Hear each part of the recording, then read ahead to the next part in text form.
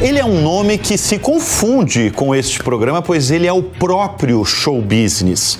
Por 3 décadas, ele comandou a carreira de Roberto Carlos e ajudou a colocar o Brasil na rota dos grandes shows, entre eles de Michael Jackson, Rod Stewart, Ray Charles e Eric Clapton. A DC7, uma holding comandada por ele, fundada nos anos 1980, vendeu no ano passado mais de 5 milhões de bilhetes e movimentou R$1 bilhão. Nós vamos conversar neste bloco com Dodi Sirena, um dos maiores empresários do setor cultural e do entretenimento no país. Dodi, é um prazer recebê-lo aqui no estúdio do Show Business. Para começo de conversa, como é que está o mundo do entretenimento? O mundo do entretenimento, do show business, ele segue forte? Ele segue muito rentável no Brasil? Bom, primeiro, Bruno, é um privilégio estar aqui, né? Espero contribuir, né, com o programa, né, corresponder às expectativas. E para mim, um privilégio, uma honra estar atuando no mercado há tanto tempo, há 45 anos, quando nós iniciamos no sul do Brasil. E, enfim, todos os nossos movimentos, né, foram nos permitindo a gente ir avançando, né, e me enche de orgulho quando eu olho para trás nessa trajetória e lógico, né, me dá por conta que, de uma certa forma, nós também contribuímos lá desde os anos 80 a colocar o Brasil, a América do Sul, no roteiro dos grandes shows internacionais, né? Devo ressaltar que nos anos 80 o Rock in Rio, o primeiro Rock in Rio, foi uma grande divisor de água, né, que abriu as portas e chamou a atenção do mercado internacional. Então, fazendo um paralelo de lá para cá, porque antes dos anos 80, praticamente nós não tínhamos a presença de grandes nomes internacionais vindo para a América do Sul. Não tinha por quê? Era muito difícil, a logística não tinha... imagina, nos anos 80, os tantos shows que vieram para o Brasil, nós tivemos o privilégio de, nesse período, nós apostamos nesse segmento e chegamos, né, a ter, diria que, 80, um pouco mais, por cento de todos os shows que vieram para a América do Sul foi com o nosso envolvimento. A partir daí, então, o Brasil, a América do Sul, entrou no roteiro. Nos anos 80, toda a aparelhagem de som, todos os equipamentos, efeitos, todos vinham de fora. Então, imagina, né, nós complexidade, né? Tem uma ideia, Bruno, só assim, eu tenho alguns tópicos, mas no final dos anos 80, eu lembro da turnê do Rod Stewart, em 89, foi uma das grandes turnês do Rod Stewart no auge. A inflação estava 1960% ao ano, né? Brasil. O ágio, né, o câmbio era 200%. O Brasil não tinha, na época, né, a cultura do consumidor não era de comprar ingresso antecipado, né? Praticamente comprava na semana. Isso é uma coisa nova. Não tinha cartão de crédito, cheque era imagina. Então, as pessoas tinham que entrar na fila 2 vezes. Ela tinha que entrar na fila para comprar o ingresso, que era uma disputa, e depois entrar na fila para ir no show. Imagina a logística de você vender um estádio de futebol para um grande show, colocar, 10, 15 pontos de venda pela cidade para vender os ingressos. Então, tudo era muito complicado. E lógico que, como as vendas dos ingressos eram na semana do show, os valores, quer dizer, o teu risco de o desembolso, né, do risco financeiro era todo antecipado. Então, hoje é diferente. Então, respondendo a tua pergunta, como é que nós estamos hoje? Eu diria que a gente está numa situação muito privilegiada, né? Hoje nós temos no Brasil, né, uma situação do show business, né? Aliás, show business porque nós da área do entretenimento adotamos, né? O mundo adotou essa palavra show business ligado ao show business, mas sei que o programa aqui é um show de business, né? Um show de business, exatamente. Mas o seu negócio é negócio de entretenimento, de show, não é? Sim, basicamente hoje a nossa empresa hoje é uma holding reestruturadas, né, dos últimos anos em 7 verticais de negócios. Antes da pandemia eram 5 empresas, hoje estamos com 28 empresas, todas elas relacionadas, né, distribuídas nessas 7 verticais, todas relacionadas ao entretenimento. Pois é, mas voltando, você falou que a gente vive, nós brasileiros, o Brasil, vive um momento privilegiado no setor cultural, no setor de entretenimento. Ele é muito rentável? Ele é como em qualquer segmento, né, ele é um desafio, como qualquer negócio, mas existe um potencial muito grande. Existe aqui, logicamente, no Brasil, uma população de 200 milhões de habitantes. Eu considero que nós temos no Brasil pelo menos 20 milhões de brasileiros com alto poder, né, de compra, né, um alto poder aquisitivo. Então, veja, por exemplo, na turnê do U2, a última turnê que veio para o Brasil, nós realizamos 4 shows, 4 estádios Morumbi. Na verdade, a previsão inicial eram 2, né, esgotou rapidamente, e fizemos mais total de 4. Mais de 70% dos ingressos vendidos foi fora de São Paulo. Então, apenas corrobora com a minha tese de que o brasileiro, né, diria o que eu considero no mínimo 20 milhões de brasileiros, não tem problema se deslocar de várias cidades do Brasil, especialmente São Paulo, com a malha aérea, com essa capacidade hoteleira, de poder atender. Sei que o Rock in Rio não é diferente no Rio de Janeiro. De atender quando se tem um desejo, quer acompanhar uma banda, quer acompanhar um ídolo, é isso? Quando existe o interesse de um grande evento. Então, o que eu considero... E isso talvez... é comum que você falou, esse número eu acho muito poderoso. 70% do show veio de fora da cidade de São Paulo. Bruno, eu até diria que lotaria só com os paulistas. Mas quando um show, um evento interessa, você anuncia o início das vendas, e veja que os grandes shows, nós, promotores, né, de grandes shows, temos o cuidado de muitas vezes iniciar as vendas em horários, às vezes meia-noite, assim, tirando do foco do grande público, porque a tendência é esgotar em poucas horas. Tomorrowland, ano passado, que é um dos nossos... dos eventos que você comanda, né? O Tomorrowland nós conseguimos, né, tivemos o privilégio, o orgulho de conquistar a confiança dos donos da marca do Tomorrowland, são os belgas, e nos tornamos sócios deles, né, no evento Brasil. Ano passado, o Tomorrowland vendeu a capacidade máxima, 180 mil ingressos, em apenas 2 horas e 15 minutos. Então, quando tem uma avalanche dessas, quem chega primeiro, então, mesmo assim, com 180 mil ingressos vendidos em 2 horas e 15 minutos, nós vendemos mais de 30 mil ingressos para 98 países. Para 98 países. Então, é quase umas Olimpíadas, né? De tantos países participando. E eu não preciso nem... você já respondeu a pergunta, evidentemente, com esses números poderosos de vocês abrirem a bilheteria e vender num tempo recorde. O mercado está muito bom, então, para grandes eventos, para grandes shows, para esses eventos poderosos aí que vocês fazem. Nós necessitamos, faz parte, né, da nossa composição, né, de relação humana, estarmos agrupados. Então, no início da pandemia, nós aceleramos muito mais. Somente no período pandemia, a DC7 Group investiu mais de R$1 bilhão em concessões públicas. Então, o que aconteceu aí, chegando na questão dessa polêmica, né, ou o princípio de polêmica sobre estourou a bolha. Turnês que foram canceladas. Né? Eu diria que não, isso é natural. Houve uma lei da oferta e da procura, naturalmente, mas os grandes acontecimentos, os grandes shows nacionais, internacionais, os grandes eventos foram bem sucedidos. Todos lotaram. Então, há uma oferta muito maior. Houve também, diria, uma irresponsabilidade de dimensionar, né, a expectativa, porque qual é a única habilidade de um promotor de eventos? São 3, basicamente. Saber identificar o local apropriado para o artista, qual o tamanho, né?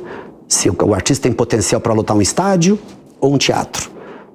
Preço de ingresso, que esteja de acordo com a capacidade, né, do bolso do consumidor, e divulgação. O resto é por conta do artista. Então, o que eu entendo que houve nessa princípio de polêmica sobre shows cancelados, né, bateu no teto, enfim, qual que foi o erro, afinal? Vamos pegar só esse caso ali da Ivete Sangalo, que foi muito propagado isso, né, nacionalmente. A Ivete estava celebrando, né, está celebrando 30 anos, ela é uma das nossas principais artistas, né, que nós temos da nossa história do Brasil, né, do momento. Eu não participei de todo o processo, né? Tenho relação, logicamente. Nós tínhamos feito, ano passado, quando ela estava, né, logo anunciou essa turnê, nós tínhamos feito com ela o show com Rod Stewart, aqui no Allianz Parque, né, que a gente colocou o nome de Global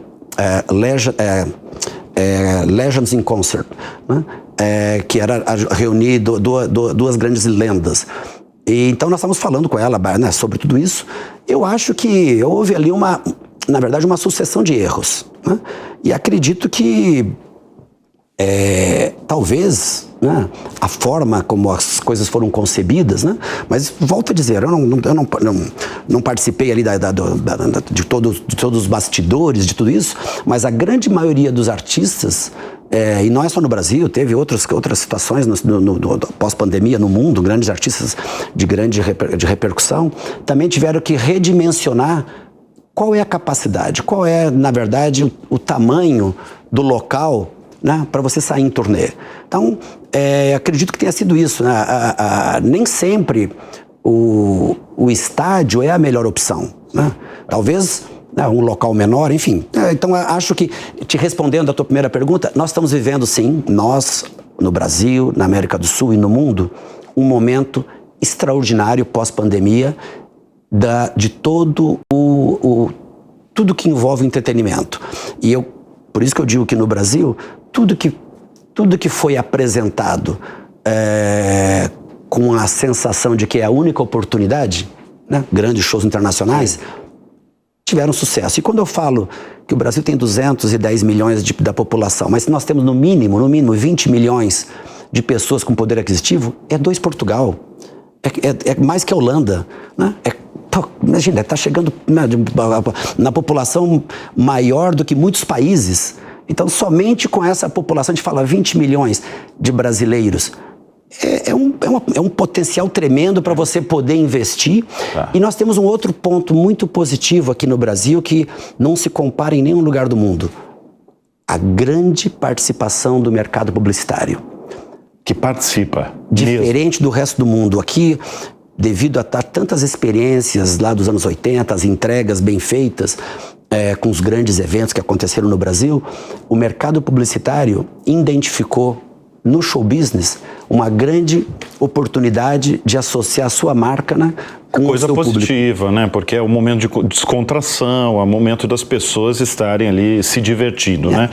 Mas deixa eu falar que é o seguinte, que esse homem aqui tem tanta história, né? A gente está falando de década de 80, 90, 2000 e atualidade também, porque você participa de grandes eventos atuais, que todas as histórias foram reunidas num livro, né? Dodge Sirena, Os Bastidores do Show Business. Por que você, né, foi escrito esse livro pela jornalista Léa Penteado e editado pela editora Matrix? Por que você decidiu escrever um livro, Dodge? Bruno, obrigado por estar mencionando o livro. Realmente foi para mim um privilégio. E a Léa Penteado, primeiro, ela faz parte da história do show business, né? Ela é uma jornalista extraordinária e lá nos anos 80, 70, ela foi uma das primeiras a trabalhar nessa área de assessoria de imprensa do meio artístico. Eu a conheci nesse período, quando eu estava começando a dar os primeiros passos para sair do sul do Brasil e avançar com os meus investimentos pelo Brasil e depois pelo exterior, América do Sul e depois exterior, onde comecei a investir então nos anos 80 para trazer os shows internacionais para o Brasil. A Léa me acompanha desde então, né, nesse trabalho de assessoria de imprensa. Neste trajetória, especialmente agora nos últimos, diria, 15 anos, 10 anos, ela me trouxe várias provocações de editoras para escrever um livro. Eu sempre rejeitei, porque não entendia que era necessário, assim, eu diria que eu administro muito bem a vaidade. Eu não queria ter um livro de autopromoção. Essa é uma função, essa é uma missão aí de um empresário de artistas, administrar vaidades? Com certeza, ele tem que ter conhecimento, porque se ele vai se propor administrar a carreira de um artista, significa a imagem, né, do artista além do conteúdo. Então ele tem que ter um domínio sobre isso. O grande problema dos meus colegas do mundo do showbiz Brasil e exterior, a vaidade às vezes atrapalha. Então... Você é um cara vaidoso? Acho que todos nós, né, que nos propomos no mundo capitalista a vencer, né, vencer na sua atividade, lógico, você fica lisonjeado com os elogios e que você conquiste a credibilidade e o respeito, né, profissional. Então, a vaidade, sim, né? Sei, tenho consciência. Mas você clara. lidava e lida com gente muito mais vaidosa que você, é isso? Eu sei administrar muito bem até onde isso é interessante para o meu negócio, ou quem tem que aparecer não sou eu, é com o artista, ou enfim, o evento com quem eu estou totalmente conectado e responsável. Então, sobre o livro, eu rejeitei, né? Não estava gostando da ideia de autopromoção, uma biografia, eu achei que isso não era importante, eu queria deixar algo mais.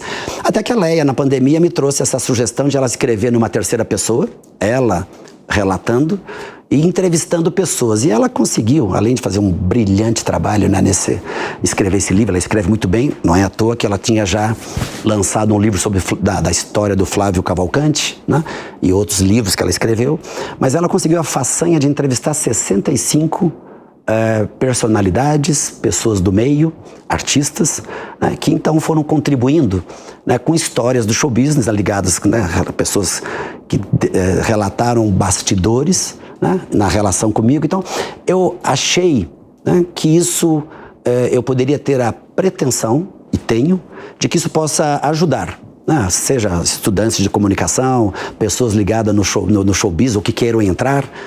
Esse foi o que me motivou.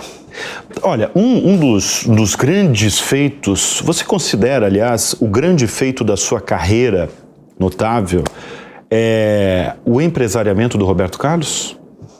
O Roberto me deu muito orgulho, imagina, o maior artista da história do Brasil, indiscutivelmente. Tivemos uma relação de 30 anos, né? Então, o Roberto, quando eu comecei a trabalhar com o Roberto nesta relação, ele tinha 30 anos de carreira. Na época, ele tinha 70 milhões de discos vendidos. Quando eu comecei com ele, passaram-se outros 30 anos. E quando nós terminamos ano passado, a relação amigável, 140 milhões de discos. 140 milhões de discos. Portanto, né, você teve o seu papel ali de uma certa forma, e costumo dizer, o Roberto já era o rei, né, e eu, quando comecei com o Roberto, já tinha o protagonismo de tantos shows internacionais. Então, eu diria que a gente conseguiu construir tantas coisas maravilhosas pela confiança, e confiança se conquista, não se impõe. Então, foi isto. Eu já li em outros livros que a primeira vez que você teve contato com Roberto Carlos foi num avião que vocês sentaram um ao lado do outro e começaram a conversar. Foi assim mesmo? Como é que você conseguiu, na verdade, a confiança do Roberto Carlos? Não, resgatou bem lá as memórias. Na verdade, eu como empresário, né, de shows, lá nos anos 80, 70, 80, já tinha realizado alguns shows do Roberto em Porto Alegre, onde nós estamos começando ainda, 45 anos atrás. Você é de Porto Alegre, gaúcho. Sou gaúcho de Porto Alegre, a DC7 começou lá, né, eu junto com meu sócio, Sicão Chias, e nós fazíamos a produção dos shows. Mas não tive, na época, nesses 3, 4 shows que eu já tinha realizado com o Roberto, com empresários da época dele, não tínhamos tido contato com ele. Aquela coisa de chega em Porto Alegre, hotel, show, né, sai do camarim, enfim, não tinha tido a oportunidade de conversar com ele. Quando Roberto Medina, querido, né, Roberto Medina, né, o showbiz brasileiro tem que reconhecer e deve muito a... Criador do Rock in Rio, né? Criador do Rock in Rio, e antes do Rock in Rio teve outras aventuras, né, que ele fez, Frank Sinatra no Maracanã. O Roberto Medina me convida, devido à minha atuação já nos anos 80 de protagonismo de tantos shows internacionais no Brasil, ele me convida para contratar e organizar o Rock in Rio do Maracanã, que foi o segundo. E nesse voo, justamente isso, estava indo para um voo da Varig ainda, indo para Los Angeles para contratar os artistas internacionais para o Rock in Rio. Por coincidência, né, Roberto Carlos também indo para Los Angeles gravar um disco. E óbvio que eu aproveito a oportunidade, né? Imagina tantas horas de voo. Falei, ok, vou conversar com ele. Primeira coisa, lógico, converso, me apresento e falamos um pouco e eu convido ele para o Rock in Rio. E ele, então, educadamente, né, agradece, mas falou que preferia ver o Rock in Rio e não estar lá no palco. Ele falou que o Rock in Rio era coisa de roqueiro, sim, essas coisas. Enfim, e assim foi. Aí chegou em Los Angeles, ajudei ali a saída dele do aeroporto e tal, e ficou esse contato. Passado acho que uns 2 anos, é que a gente voltou novamente a conversar. E a partir daí, enfim, foi essa relação maravilhosa. E aí vocês romperam, não tem mais, você não é mais o empresário? Não, desde pós-pandemia. Pandemia eu acho que foi um divisor de águas, né, para muitas coisas, né, para reflexão. O Roberto teve esse momento de 2 anos de pandemia, de reflexão. Eu também, como já mencionei aqui, a DC7 cresceu muito nesse período, né? Investiu no Brasil, nós apostamos muito agressivamente nesse retorno pós-pandemia e ficamos mais um ano pós-pandemia, mas aí de comum acordo, né, resolvemos o Roberto seguir, né, como era antes, o caminho dele com o escritório e tal, e fica para a história esses nossos grandes feitos, né, que foram realmente históricos. Agora,